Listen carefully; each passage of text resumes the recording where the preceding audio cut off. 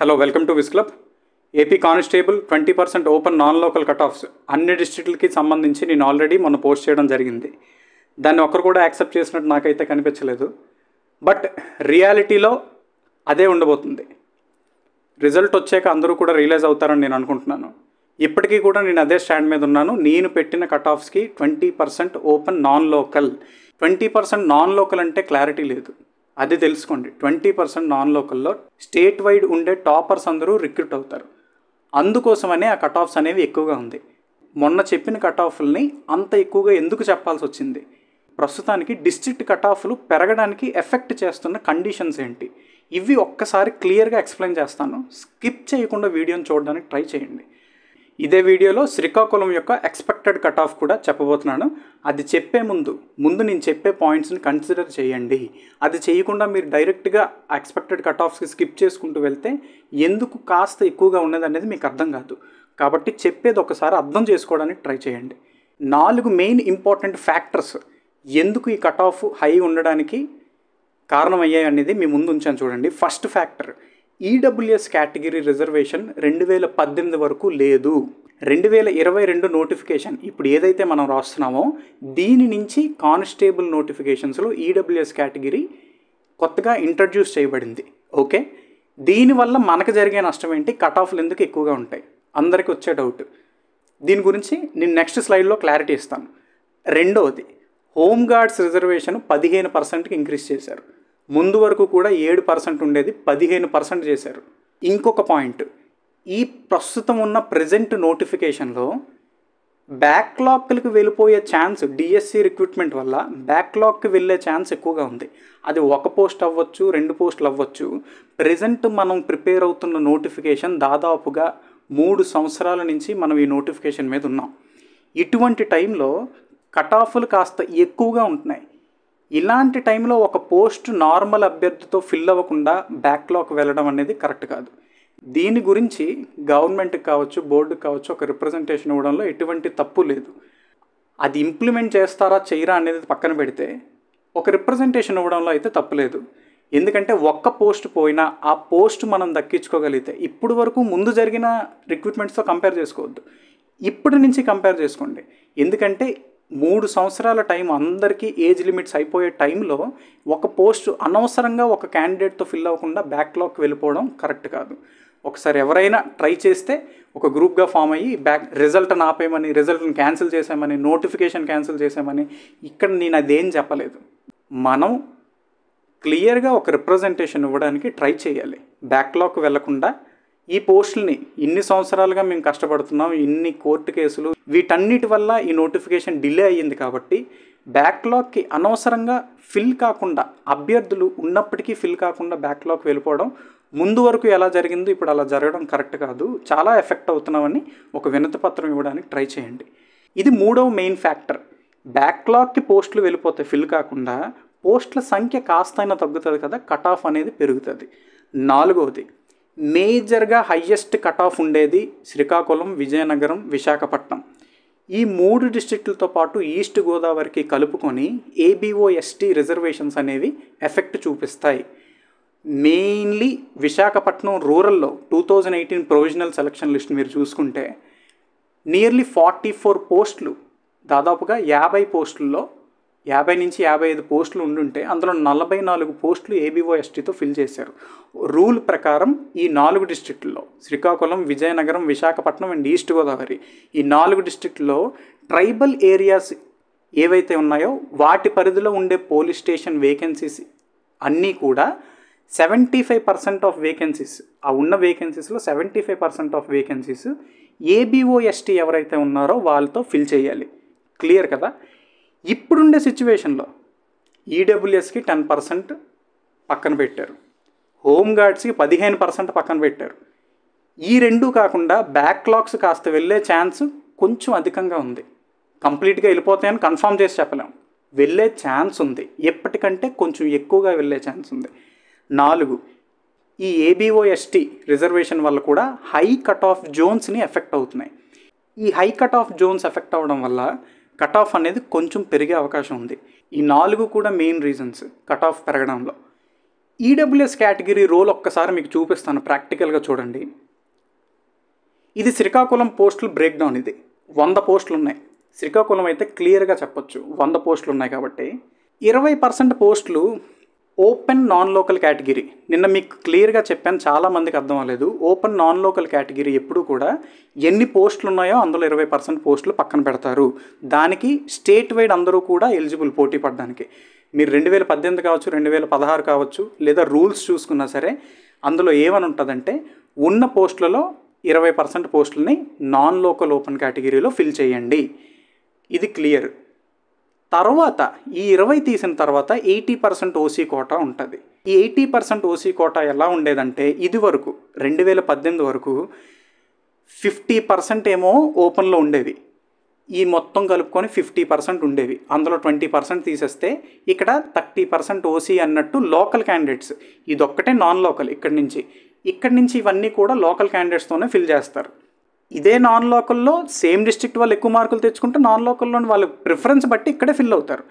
కాకపోతే ఈ మిగిలినవన్నీ కూడా ఓన్లీ డిస్ట్రిక్ట్ లోకల్ క్యాండిడేట్స్తోనే ఫిల్ చేయాలి. అయితే 2018 రిక్రూట్మెంట్ వరకు కూడా 20% నాన్ లోకల్ అది ఎలాగా సాగింది. అండ్ మిగిలిన 30% మనకుండే రూల్ ప్రకారం అప్పటి వరకు 50% ఏమో ఓసీలో ఉండేది. నెక్స్ట్ 50% ఏమో కమ్యూనిటీ రిజర్వేషన్స్ ఉండేవి. 50 ఓపెన్లోని, 50 కమ్యూనిటీలోని. ఈ 50 కమ్యూనిటీ రిజర్వేషన్స్ కూడా ఎలా ఉండేవంటే బీసీఏకి 7%, బీసీబీకి 10%, బీసీసీకి 1%, బీసీడీకి 7%, బీసీఈకి 4%, ఎస్సీకి 50%, ఎస్టీకి 6%. ఇది ఈ 50% ఇలా ఫిల్ అయ్యేది. ఈ 50% నాన్ లోకల్లో 20%, 30% లోకల్ ఓపెన్లో ఉండేది. మెయిన్ గమనించండి, ఇక్కడ 30% ఓపెన్లో ఉండేది 2018 వరకు. 2022 రిక్రూట్మెంట్ తర్వాత ఇక్కడ ఏదైతే 30% రిజర్వేషన్ లోకల్ ఓపెన్లో ఉండాలో దాని నుంచి 10% తీసుకొచ్చి ఈడబ్ల్యూఎస్కి ఇచ్చారు.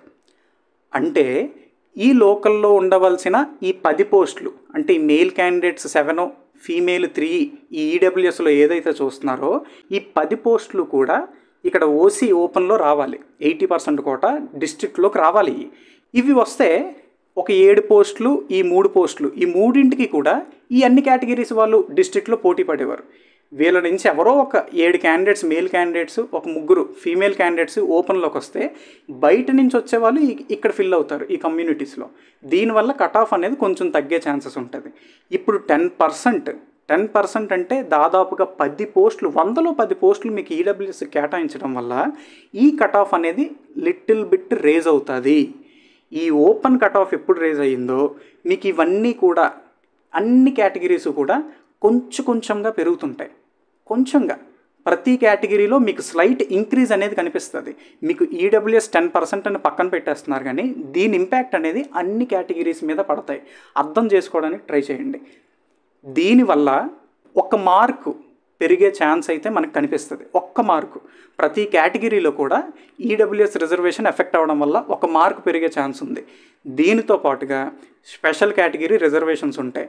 ఇప్పుడు మనం చూసుకున్నాం, శ్రీకాకుళం చూస్తే మెయిల్ 20 పోస్టులు ఉన్నాయి, ఓపెన్ 20%. నెక్స్ట్ 80% ఓపెన్లో 13 పోస్టులు మెయిల్కి, ఫీమేల్కి 7 పోస్టులు, ఈడబ్ల్యూఎస్కి 7 మేలు 3 ఫీమేల్, బీసీఏకి, బీసీబీ ఇలా అన్నిటికీ కేటగిరైజ్ చేసి పెట్టాం కదా. ఇందులో ఎక్కడా కూడా నేను స్పెషల్ కేటగిరీ రిజర్వేషన్ని అప్లై చేయలేదు. అవి చేసుంటే ఇప్పుడు బీసీడీలో 5 పోస్టులు ఉన్నాయి అనుకోండి, మేల్కి 5 పోస్టులు ఉన్నాయి, ఇందులో స్పెషల్ కేటగిరీని కూడా సాటిస్ఫై చేయాలి.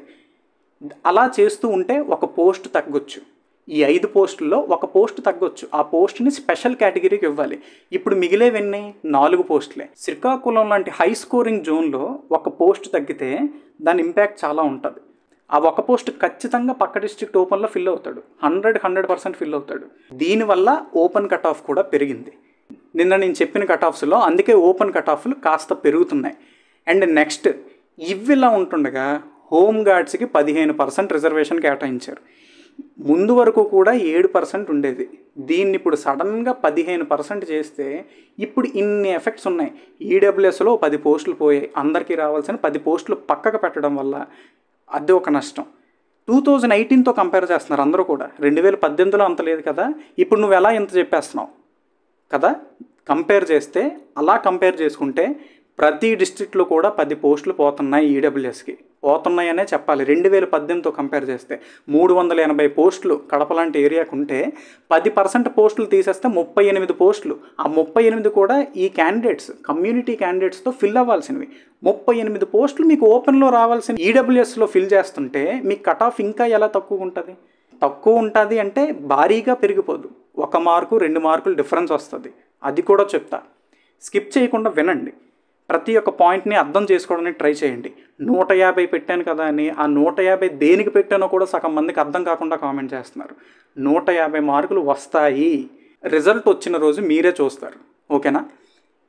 ఇన్ని ఫ్యాక్టర్స్ ఎఫెక్ట్ చేస్తుండగా ఇదే జోన్కి 4 డిస్ట్రిక్ట్స్ చెప్పాను కదా, ఏబిఓ ఎస్టీ పోస్టులు ఒక 2 పోస్టులు 3 పోస్టులు ఇక్కడ యాడ్ అయినా సరే, 2-3 పోస్టులు యాడ్ అయినా సరే ప్రతి కమ్యూనిటీలో ఏదో ఒక దగ్గర పోస్ట్ తగ్గుతుంది. అది తగ్గిందంటే కట్ ఆఫ్ ఇంకొక మార్కు పెరుగుతుంది. అర్థమవుతుందా? అర్థం చేసుకోవడానికి ట్రై చేయండి. ఉన్నవే తక్కువ పోస్టులు శ్రీకాకుళం 100లో చూసుకోండి. ఇదే విధంగా ప్రతి డిస్ట్రిక్ట్కి అప్లై అవుతుంది. కాకపోతే ఏబిఓ ఎస్టీ అనేది కేవలం 4 డిస్ట్రిక్ట్లకు మాత్రమే ఎఫెక్ట్ అవుతుంది కాబట్టి మిగిలిన డిస్ట్రిక్ట్ వాళ్ళు ఈ ఫ్యాక్టర్ నుంచి సేవ్ అవుతారు. అర్థం చేసుకోవడానికి ట్రై చేయండి. ఈడబ్ల్యూఎస్ వల్ల ఎఫెక్ట్ ఎంత ఉందో మీకు చెప్పాను. హోంగార్డ్స్ రిజర్వేషన్ పెంచారు.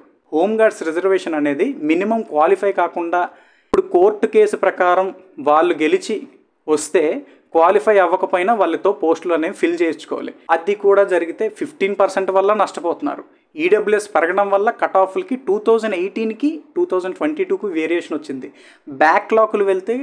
బ్యాక్లాగులు వెళ్ళే ఛాన్స్ కాస్త కనిపిస్తుంది. ఖచ్చితంగా వెళ్తాయని నేను కన్ఫర్మ్ చేయలేను, కనిపిస్తుంది. డిఎస్సి రిక్రూట్మెంట్ వల్ల మ్యూచువల్స్ ఎక్కువ ఉండడం వల్ల బ్యాక్లాగ్ వెళ్ళే ఛాన్స్ ఉంది. దీనివల్ల కూడా ఎక్కువ అవసరం లేదు. ఒక్క పోస్ట్ కోల్పోయినా ఇన్ని సంవత్సరాలు పడిన కష్టం మనలాంటి ఒక అభ్యర్థి ఒక పోస్ట్ రాకుండా పోతుంది. అది బ్యాక్లాగ్ ఎఫెక్ట్ ఇప్పుడు మీకు తెలీదు. జస్ట్ రిజల్ట్ వచ్చాక మీరు రియలైజ్ అవుతారు.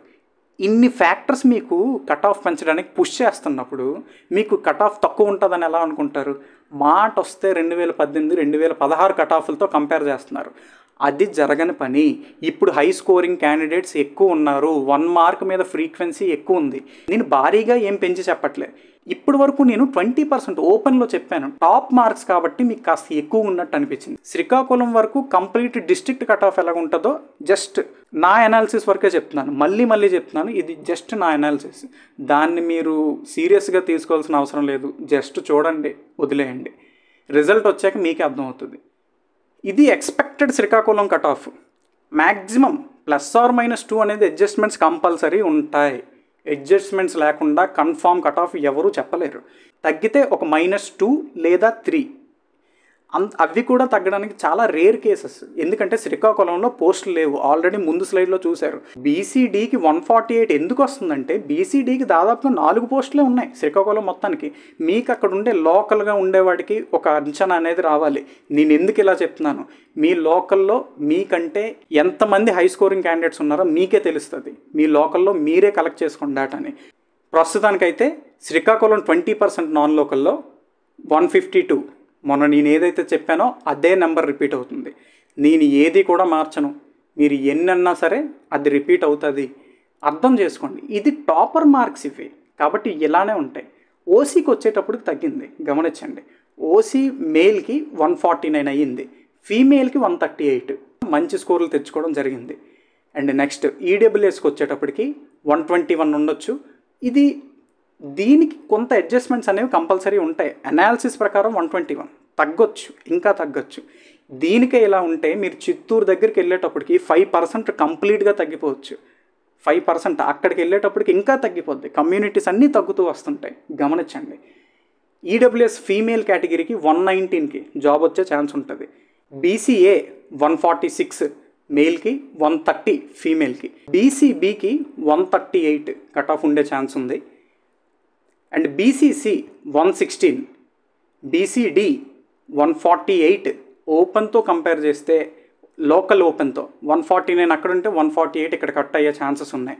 మ్యాక్సిమం ఇదే రిపీట్ అవుతుంది. 148కి బీసీడీ కట్ అయ్యే ఛాన్స్. ఎందుకంటే ఉన్నవ 4 పోస్టులే, ఉన్నవ 4 పోస్టులు శ్రీకాకుళంలో. 148 కట్ అవుతుంది. ఫీమేల్ 135, ఇది తగ్గితే తగ్గొచ్చు. బీసీఈ 110 ఉండే ఛాన్స్ ఉంది. బీసీఈకి సంబంధించి నాకు ఒక్క ఫీమేల్ రెస్పాన్స్ కూడా శ్రీకాకుళం నుంచి రాలేదు. So no data. SC cut off 120 ఉండే ఛాన్స్ ఉంది అండ్ ఫీమేల్కి 110 మార్క్స్ ఉన్నాయి. ఎస్టీ కేటగిరీలో మేల్కి 108 కట్ అవ్వడానికి ఛాన్స్ ఉంది అండ్ ఎస్టీలో ఫీమేల్కి 99 ఆర్ 100. ఈ డిస్ట్రిక్ట్లో మనకి ఏబీఓ ఎస్టీ పోస్ట్ 1 లేదా 2 వచ్చినా ఇవన్నీ కూడా గ్రాడ్యువల్గా little bit of 1 mark increase అయ్యే ఛాన్స్ అయితే ఉంది. 1 మార్క్ అది కూడా ఇంక్రీజ్ అవ్వకపోవచ్చు, ఎందుకంటే ఈ 148 మీద ఇద్దరు ఉండొచ్చు. ఆ డేట్ ఆఫ్ బర్త్లో చేంజ్ వచ్చి మీకు ఆ ఇంక్రీజ్ అనేది మీకు కనిపించకపోవచ్చు, కానీ 1 మార్కు ఒక క్యాండిడేట్ అనేవాడు పైకి వెళ్ళొచ్చు. ఇది క్లారిటీగా శ్రీకాకుళం యొక్క అనాలిసిస్. ఇప్పటివరకు అందరూ ఈ 152ను చూసి భయపడ్డారు. ప్రతి ఒక్క యూట్యూబర్ కావచ్చు, ప్రతి ఒక్క గ్రూప్స్ కావచ్చు 152 152 152 అది టాపర్ యొక్క మార్క్ అయ్యా. కింద జరిగేవి ఏవి కూడా ఎవ్వరూ ఎక్స్ప్లెయిన్ చేయరు. ఈడబ్ల్యూఎస్ ఎఫెక్ట్ ఎలా ఉంది, హోంగార్డ్ పోస్టులు పోతే ఎంత లాస్ అవుతున్నారు, బ్యాక్లాగ్ పోస్ట్ వెళ్ళిపోతే ఎంత లాస్ జరుగుతుంది, ఏబీఓఎస్టీ ఎక్కడ ఎఫెక్ట్ చేస్తుంది, ఈ ఎవ్వడూ కూడా క్యాండిడేట్స్కి ఎడ్యుకేట్ చేసే పని పెట్టుకోలేదు. కేవలం కటాఫ్లు. ఈ క్యాండిడేట్స్కి ఎడ్యుకేట్ చేసుంటే వీళ్ళు కూడా కాస్త అవగాహన తెచ్చుకొని ఇక్కడ మీకు క్లియర్గా ఈడబ్ల్యూఎస్ ఎఫెక్ట్ కనిపిస్తుంది. ఈ నోటిఫికేషన్లో ఈడబ్ల్యూఎస్ ఎఫెక్ట్ ఉంటుంది.